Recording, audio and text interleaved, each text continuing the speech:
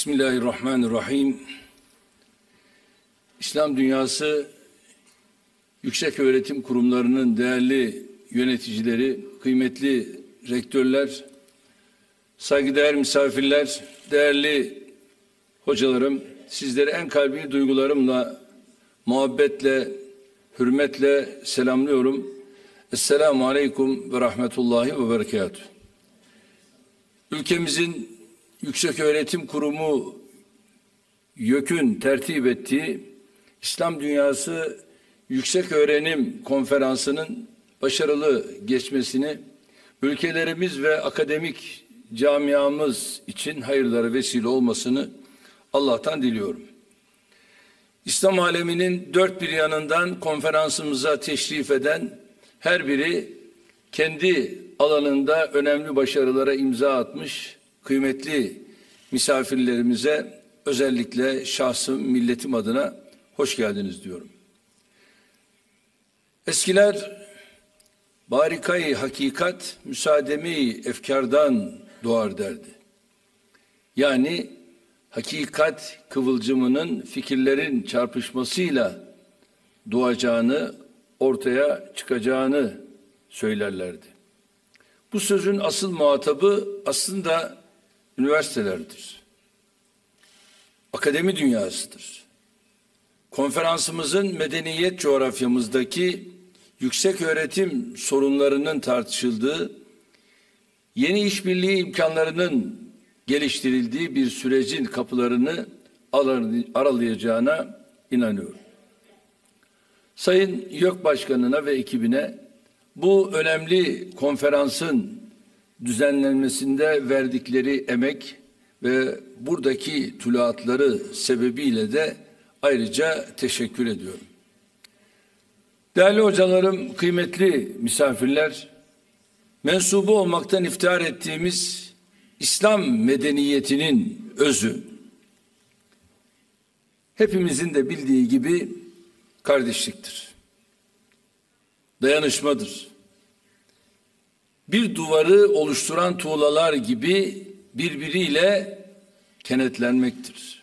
Yani Kur'ani ifadeyle dünyanın mersus, bu ifadeyle kendini zaten buluyor. Bu açıdan yaklaştığımızda kültürel, siyasi, mezhebi veya etnik farklılıklarımız bizim handikapımız değil, en büyük zenginliğimiz, en önemli imkanımızdır. Mukaddes kitabımız, hayat rehberimiz Kur'an-ı Kerim'de de buyurulduğu gibi innemel mu'minune ihve. Müslümanlar ancak kardeştir. Sınırların aramıza girmesine, mesafelerin bizi birbirimizden koparmasına asla izin veremeyiz. Buna karşılık son zamanlarda yaşadığımız hadiselerin ortak kimliğimizi aşındırdığı, aramıza yeni duvarlar, yeni bariyerler ördüğü de bir gerçektir. Hafta sonu Suudi Arabistan, Kuveyt ve Katar'daydım. Gidişimizin sebebi işte oradaki bariyerler sebebiyle. 3 kardeş ülke Körfez'de. Nedir bu sıkıntı? Niçin biz bu durumlara düşüyoruz? Bu hallere niye düştük? Neden? Bunlar bizi tabii yaralıyor. Bunlar bizi üzüyor. Biz bu hallere düşmeli miydik? Niye düştük? Biz diyalog yoluyla herhangi bir sıkıntı olduğu zaman birbirimizle bunları oturarak, konuşarak çözemez miyiz? Rabbimiz bize Kur'an-ı Kerim'inde ne emrediyor? Feşavirhum fil emr diyor. Bütün işlerinizde müşavere ediniz, istişare ediniz. Bir sıkıntı mı var? Müracaat edeceğimiz kapı istişaredir. Açarız telefonu. Şurada şöyle bir konu oldu. Neden? Niçin? Bu sıkıntının altında yatan nedir? Bunu konuşur ve çözüm yollarına gideriz.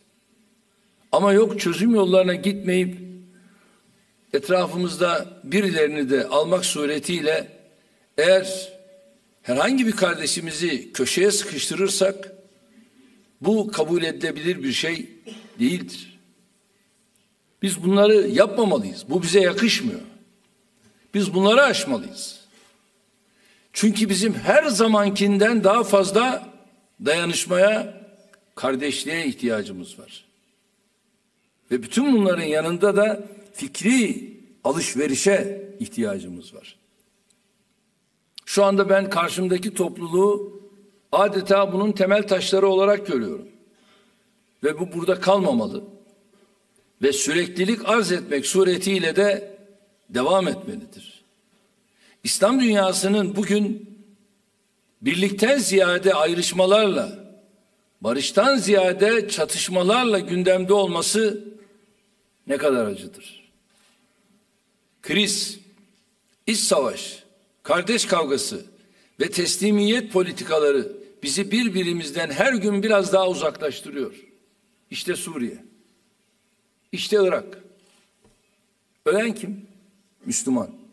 Öldüren İslam kisvesi altındaki müsveddeler. Üstelik de la ilahe illallah diye geliyor öldürüyor.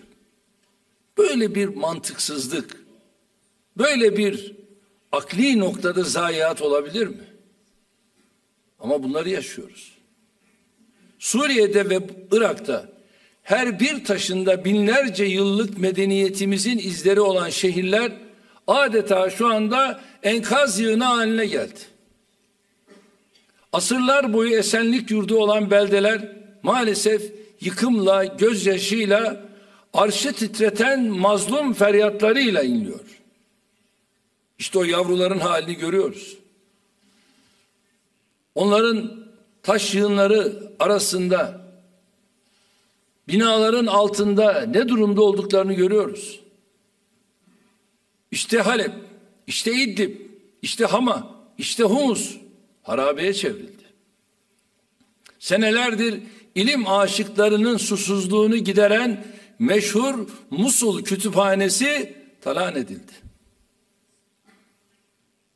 Bağdat Kütüphanesi'nde yer alan her bir hazine değerindeki binlerce kitap, el yazması, nadide eser ya imha edildi ya çalındı. Bir zamanlar bunları biliyorsunuz Hülagü Han da yapmıştı. İşte biz bunlara dayanamıyoruz. Tarih kitaplarında da bunları okuduğumuz zaman adeta içimize sığmıyor.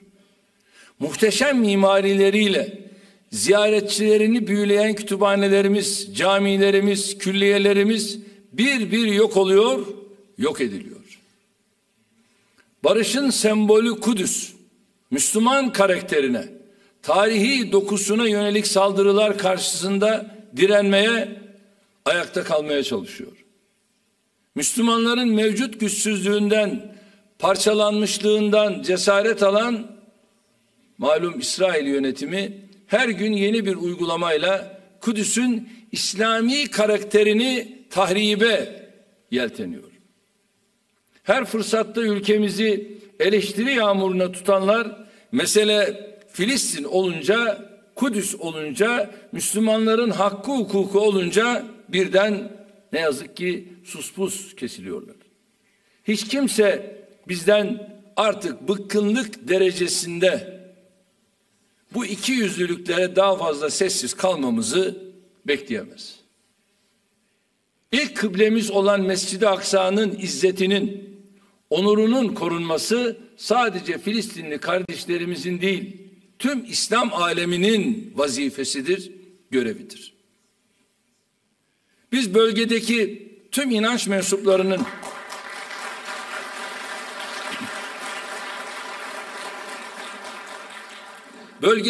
tüm inanç mensuplarının güvenliğini ve huzurunu arzu ediyoruz. Dün de söyledim. İstanbul'umuzda sinagoglar var, havralar var. Bu olaylar olurken bazı gruplar sinagoglara saldırma yoluna gittiler. İlk işim İstanbul Valisi'ne, Emniyet Müdürü'ne bunlara müsaade etmeyin. Bizim dinimiz bunlara müsaade etmez. İsrail böyle yapıyorsa biz böyle yapamayız.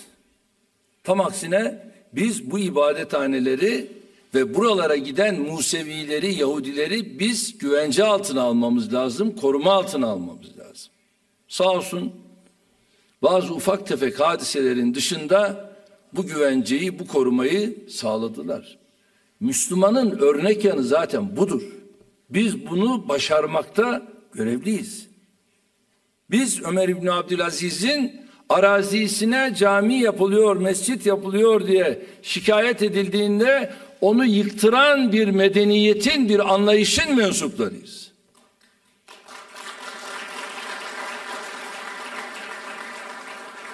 Dolayısıyla bu hassasiyetimizi dün nasıl koruduysak bugün de korumalıyız, yarın da korumalıyız. İsrail'in Müslümanları rencide eden metal dedektör uygulamasından geri adım atması, gerilimin azaltılması noktasında doğru bir adım olmuştur. Tabii ki bundan bir memnuniyetimiz söz konusudur. Ama arzumuz yeterli midir? Değildir. Yani cuma namazlarına, cuma günleri gelen Müslümanlara o kapıların kapanmasına tahammül etmemiz mümkün değildir. Kaldı ki sadece Filistin'de yaşayanların geldiği bir mabet değildir Mescid-i Aksa. Tüm dünya Müslümanlarının geldiği bir mabettir. Bunun kapısı dünya Müslümanlarına kapatılamaz. İsrail, Kudüs'le ilgili yerleşik tahammüllere, hukuka ve insan haklarına saygılı davranmalıdır. Bir kez daha İsrail Cumhurbaşkanı Sayın Rivlin'le görüştüm ve kendisine bütün bunları anlattım ve buradaki arzumuzu, düşüncemizi de kendisiyle paylaştım. Dedim ki artık sizler de bir cumhurbaşkanı olarak bu konudaki ağırlığınızı koymalısınız. Tabii birileri işte orada başbakanın sorumluluk alanı ile Cumhurbaşkanının sorumluluk alanı öyledir böyledir diyorlar ama tabii ben Cumhurbaşkanı olarak ancak Cumhurbaşkanı ile görüşebilirim. Başbakanım Başbakanla görüşür. Bu da uluslararası diplomasinin bir gereğidir. Biz de bunu yapıyoruz. Fakat son olarak gerek Ürdün Kralı ile yaptığım görüşmeden sonra onların da o akşam yaptıkları görüşme olumlu neticeler vermiş olacak ki en azından bu metal dedektörlerin kaldırılması kararını meclislerinden ittifakla aldılar. Ben tabii burada bir başka durumu özellikle ifade etmek isterim. Yani İsrail yönetimine şunu hatırlatmakta fayda var. Eğer bu dünyada barış içinde yaşamak istiyorsanız başkalarını tehdit etmek yerine kendisini ve bölgeyi ateş çemberine sokabilecek politikalardan kaçınmak gerekiyor. Değerli hocalarım, her açıdan sıkıntılı, meşakkatli bir manzarayla karşı karşıya olduğumuz bir gerçektir. Son birkaç asırdır yaşanan tüm sıkıntılara rağmen İslam medeniyeti Batı tarafından yutulamayan, yenilemeyen, teslim alınamayan tek medeniyettir. Ciddi bir takım hasarlar alınmış olsa da medeniyetimizin o çelik çekirdeği halen sapasağlamdır. Hasarlarımızı gidermek de bizim elimizdedir. Biz gidereceğiz. Başkaları bunu yapmayacak. Doğru tedavinin yolu, aramızda tabii doktorlar da çok, öncelikle teşhisin doğru konulmasından geçiyor. Unutmayalım ki hiç kimse görmek istemeyen kadar kör değildir. Bunun için öncelikle kendi muhasebemizi, kendi öz eleştirimizi yapmalıyız. Sorunlarımızın kaynağı olarak hep başkalarını işaret etmek, sıkıntılarımızın çözümünü dışarıda aramak bizi yanlış yollara sevk edecektir. Başarısızlığımızı bir yerlere yıkmak, fatura etmek bizleri başarılı kılmaz. Müslümanlar neden bu hale düştüklerinin cevabını lütfen kendilerinde, bilhassa da ilim, hikmet ve bilgi kaynaklarıyla kurduğu ilişkide aramalıdır. Bu ilişki ne kadar muhkem olursa bünye de o kadar sağlam olur.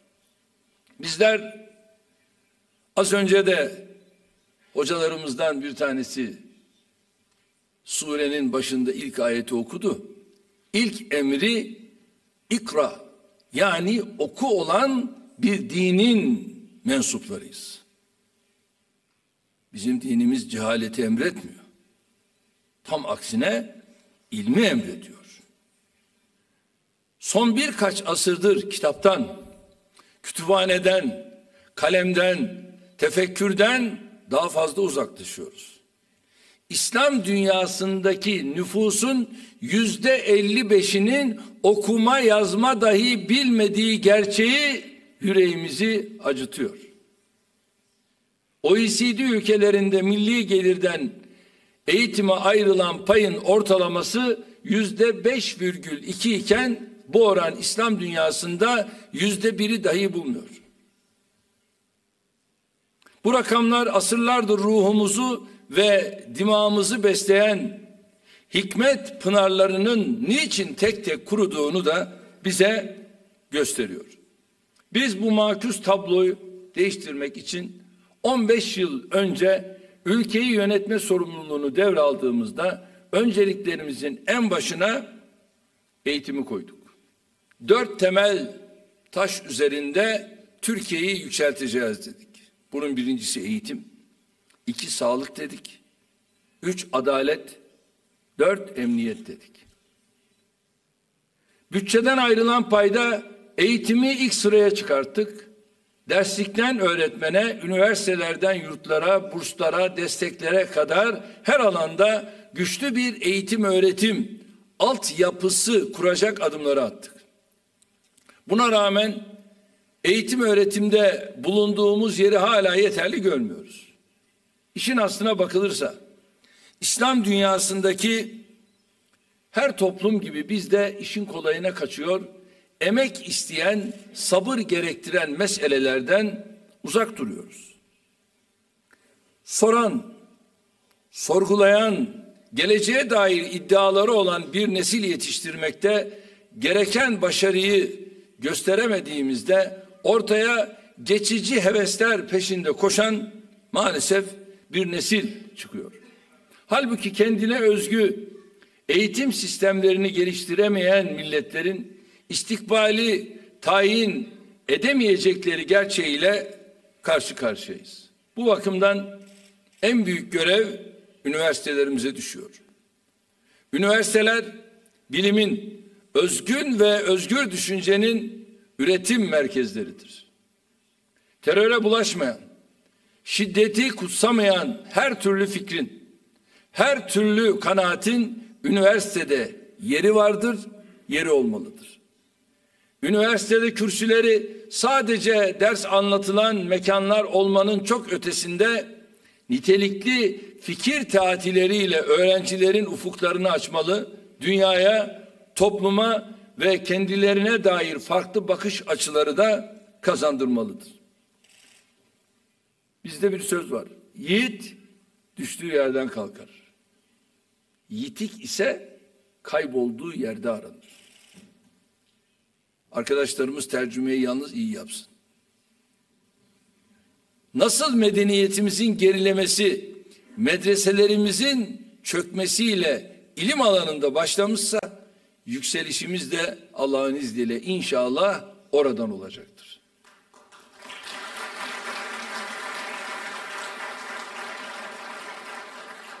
Bunun için evvela üniversitelerimiz arasında tecrübe paylaşımını gerek ulusal gerek uluslararası ve öğrenci hareketliliğini artırmamız gerekiyor. YÖK Başkanımız konuşmasında Mevlana Değişim programından bahsetti. YÖK Başkanımızdan bu programı İslam dünyasındaki yüksek öğretim sistemleri için Erasmus benzeri, hatta ondan daha ileri düzeyde bir değişim programı haline dönüştürmesini özellikle rica ediyorum. Programın yönetimine İslam ülkelerinin dahil edilmesi suretiyle çalışmaya uluslararası bir mahiyet kazandırılmasını da doğrusu önemli görüyorum. Akademisyenler ve öğrenciler düzeyindeki değişim programının sadece bununla sınırlı kalmaması ve bir üst aşama olan ortak diploma programlarının devreye alınması da şarttır. Halen YÖK'ün Batı ülkelerindeki üniversitelerle 250'yi aşkın ortak diploma programı bulunuyor, öyle mi? YÖK Başkanımızdan talebim, en az 15 üniversitemizin bu toplantıya katılan İslam ülkeleri üniversiteleriyle lisans, yüksek lisans ve doktora düzeyinde ortak çift diploma programları başlatmasına öncülük etmesidir. Ve ben özellikle ülkemdeki rektörlerimizden de ricam var. YÖK Başkanımızla da bunu konuşuyorum. Allah aşkına şu yardoşluk olayı nedir ya? Şunu bir gözden geçirin. Yani birisi doktorayı bitirmişse ondan sonra doçentliğin önünü açmak, bir ara mekanizma ortaya koymak suretiyle bizim hocalara ihtiyacımız var. Ve burada yardoşlukla da ön kesiyoruz. Yani dünyanın kaç yerinde acaba yardoşluk var? Bunu da bir inceleyip ben YÖK Başkanımıza da söyledim. Bunu da bir görelim. Ben araştırdığım yerlerde doğrusu böyle bir mekanizma pek görmüyorum. Yani bunu birilerini şöyle oyalamak için yapmışlar. Bu gerçekten ilmiye sınıfına bakıyorsunuz bir paravan, bir engel oluşturuyor. Bunu da aşmamız lazım. Ve aşacağımıza inanıyorum. Esasen Türkiye'nin yüksek öğretim sistemi 184 üniversitesindeki 7,3 milyon öğrencisi, 75 bini doktoralı olmak üzere 150 bin akademisyeni ile güçlü bir yapıya sahip. YÖK'ün ülkemizin bu bilgi ve birikimini İslam ülkelerindeki yüksek öğretim sistemleriyle paylaşması gerektiğini de düşünüyorum. Değerli hocalarım, dünyanın en iyi ilk 500 üniversitesi arasında İslam ülkelerinden sadece bir avuç kurum bulunuyor. İslam toplumları olarak en zeki öğrencilerimizi, en parlak beyinlerimizi batılı eğitim kurumlarına kaptırıyoruz. Gençlerimiz kendi ülkelerinde, kendi üniversitelerinde parlak bir gelecek göremedikleri için giderek artan bir oranda batıya yöneliyorlar. Üstelik bunun için batı ülkelerine çok ciddi paralar da aktarıyoruz. Bu öğrencilerin akademik çalışmalarını bitirdikten sonra doğal olarak kendi ülkelerine dönmeleri, kendi insanlarına hizmet etmelerini bekliyoruz. Ancak çoğu zaman okullarını bitirenler ana vatanlarına dönmüyor, eğitim aldıkları yerlerde kalıyorlar. Bu durumda alıştıkları hayat standardından vazgeçememe gibi sebepler mutlaka etkilidir. Ancak devleti yönetenler olarak bizlerin üniversitelerimizin en tepelerindeki isimler olarak da sizlerin gençlerimizi kendimizden uzaklaştıran asıl sebepler üzerinde düşünmesi gerekir diye düşünüyorum. İlmi ve fikir hayatımızın çölleşmesine yol açan bu beyin göçünü önleyecek tedbirleri bir an önce hayata geçirmeliyiz. Bunun yanında gençlerimizi zihinleri formatlanmış birer robota, birer mankurta dönüştüren yapılara karşı da dikkatli olmalıyız diye inanıyorum. Millet olarak geçtiğimiz yıl 15 Temmuz gecesi hoca kılıklı bir şarlatanın peşine takılan insan müsveddelerinin neler yapabileceğine, kendi ülkesine nasıl ihanet edebileceğine çok yakından şahit olduk. Bakın bir şey söyleyeceğim. Onun peşinde de profesörler var ha. Doçentler var. Kariyer sahipleri var. Nedir? Summun bukmun umyun fehum la yerciun. Gözü var görmez. Kulağı var, duymaz. Aynı şekilde ağzı var, hakikati konuşmaz. Çünkü kalpler mühürlenmiş. Bu da böyle. O bize diyor, şah damarımızdan daha yakındır. Bunu diyen ilmiye sınıfından. Ya Kitab-ı Mübin'de bize şah damarından yakın olan Rabbimizdir. Rabbimizden başkası asla. Öyle bir şey yok. Ve bunu söyleyecek kadar istikametini kaybedenler var. Bu dayanışmamız bu bakımdan da çok önemli. Ve şu gördüğünüz külliyenin etrafında 29 kardeşimiz şehit oldu. 36 evladımız yaralandı. Ve Türkiye genelinde bu FETÖ'cü hainler tarafından 250 şehidimiz var. 2193 gazimiz var. Şehitler arasında bir de profesörümüz var. 8 de üniversite öğrencisi var. Dünyanın 170 ülkesini zehirli bir sarmaşık gibi saran FETÖ'yle gerek yurt içinde gerekse yurt dışında yoğun bir mücadele yürütüyoruz. Siz kıymetli rektörlerimizden takiye ve yalanı ibadet sayan, emelleri için masum kanı dökmekten çekinmeyen bu örgüte karşı dikkatli olmanızı, harekete geçmenizi bekliyoruz. Şunu unutmayın. 160 ülkede dünyada faaliyetleri var ve bu faaliyetlerin içinde o ülkeleri de kendi kontrolleri altına alan çalışmalarla bizim başımıza gelen bela o ülkelerin de başına gelebilir. Onu da ben sizlere buradan hatırlatıyorum. Çünkü o ülkelerin seçkin öğrencilerini alıp istedikleri gibi yoğuruyor. Ondan sonra da devletin kademelerinde bakıyorsunuz söz sahibi oluyorlar. Bu teröristlerin özellikle diyalog, hizmet, eğitim kisvesi altında başında bulunduğunuz kurumlara sızmasına asla fırsat vermeyiniz.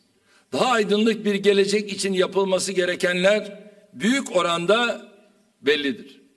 Öncelikle İslam ülkeleri her gün bir yenisi eklenen aralarındaki algı duvarlarını, ön yargıları, psikolojik sınırları bir tarafa bırakmalıdır. Müslüman idrak, maddi ve coğrafi sınırlara kendini asla hapsedemez, etmemelidir. Ne kendimizi tekrar ne de başkalarını taklit bizi hedeflerimize götürür. Hazreti Mevlana şöyle güzel bir ifadeyle bir hatırlatmada bulunuyor. Denizde inciler derinde olur.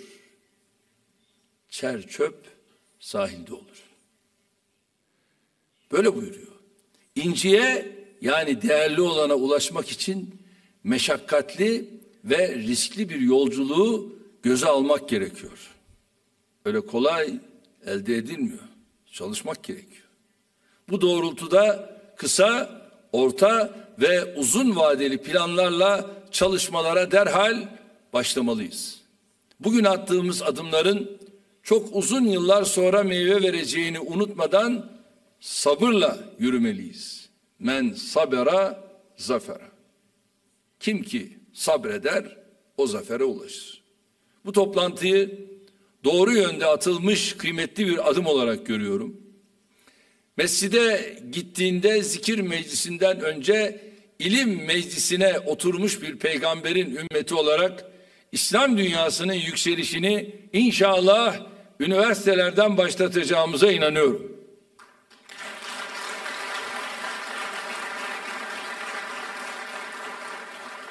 Bu konferansın düzenlenmesinde emeği geçenleri tekrar tebrik ediyor.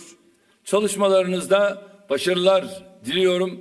Ülkelerinize döndüğünüzde tüm kardeşlerimize şahsımın ve milletimin selamlarını iletmenizi özellikle sizlerden istirham ediyorum. Kalın sağlıcakla.